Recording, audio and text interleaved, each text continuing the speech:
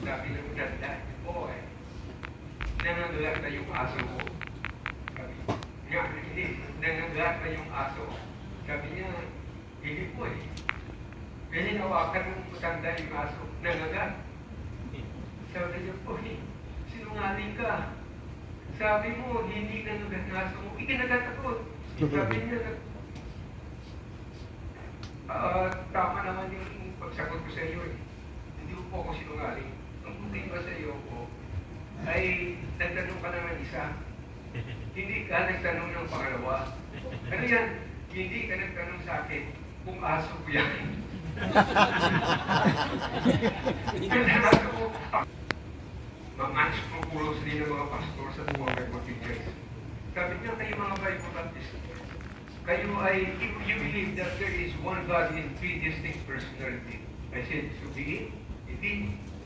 I believe that there is one God in three distinct personalities. When I say personality, it is a personality. And it is not one God in three distinct personalities, the Father, the Son, and the Holy Ghost. My friends, it is not. The Trinity means one God in three distinct personalities, God the Father, God the Son, and God the Holy Spirit. If a man does not believe in Trinity, my friend, he is a heretic. Yes. It is a heresy because we are commanded by God even to baptize, even in case that we are going to use the name of the Father, the Father, the name of God, The name of the and my friends, there are friends of mine who are baptizing their prospects in the name of Jesus Christ only. Kung hindi raw, hindi pwede dahil sinabi raw ni Peter na I baptize you, repent and be baptized every one of you in the name of Jesus Christ. Do you not realize, my friend, that the name there has something to do with the authority? Right. Kaya na-mislog siguro nila niya. At saka he was really trying to reason out. But sabi ko, kung maaari sana, tigilan na natin ito. Mayroon na akong tanong. Sinong paniwalaan mo? Si Peter o si Jesus Christ? Paniwalaan mo yung tao na nagsabi, be baptized in the Father, o paniwalaan mo si Jesus Christ? It is the preceding verses that says, all power is given unto me. Tama po. I would rather believe Jesus Christ eh. Tama ko ba? Tama po. Amen. Amen. Kompleto na ang gayahin. Mga palang sibuyas tayo kasi. Pero hindi ito sa akin eh. Hindi ito ang ministry na binigay sa akin ng Panginoon. Amen. How I wish na mayroong gano'n sa kapulot. Pero hindi pwede na ganito, gano'n din sa akin.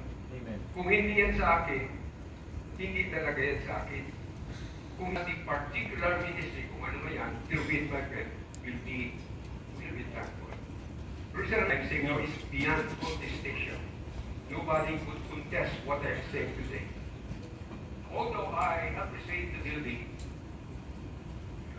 truly if I could not see the hands of the membership,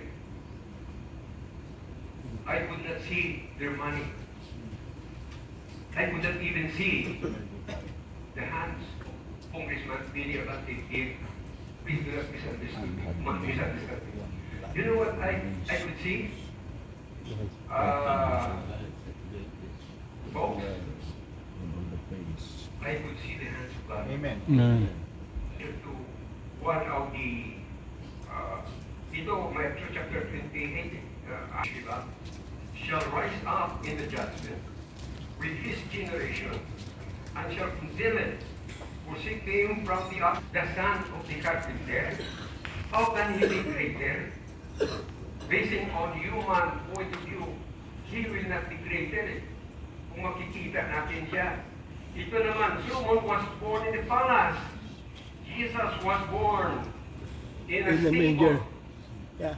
Solomon was born in Jerusalem, while Jesus was born in Bethlehem. That Jesus Christ came into this world to save sinners, of whom I am chief.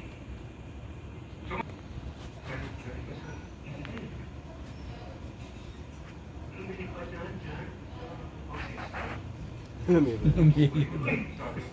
Sabi ko, totoo yung pastor. Mababang Ikaw, lipad. totoo ba yun? Oo, totoo yung pastor. Apat sila. Ikaw, tapos yung report. Sabi yung pastor, tama yun. Talagang tested na proven yan. Talagang Mababang lipad. Tested. practice kami talaga na. Huwag yun eh.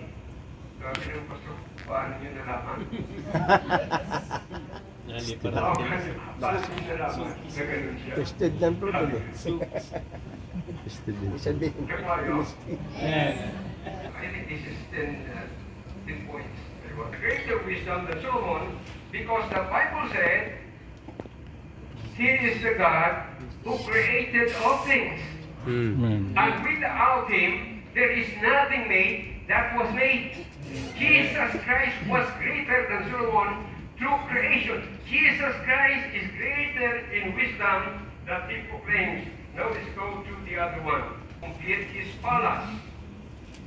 Is Jesus Christ greater than Solomon? Oh, yes.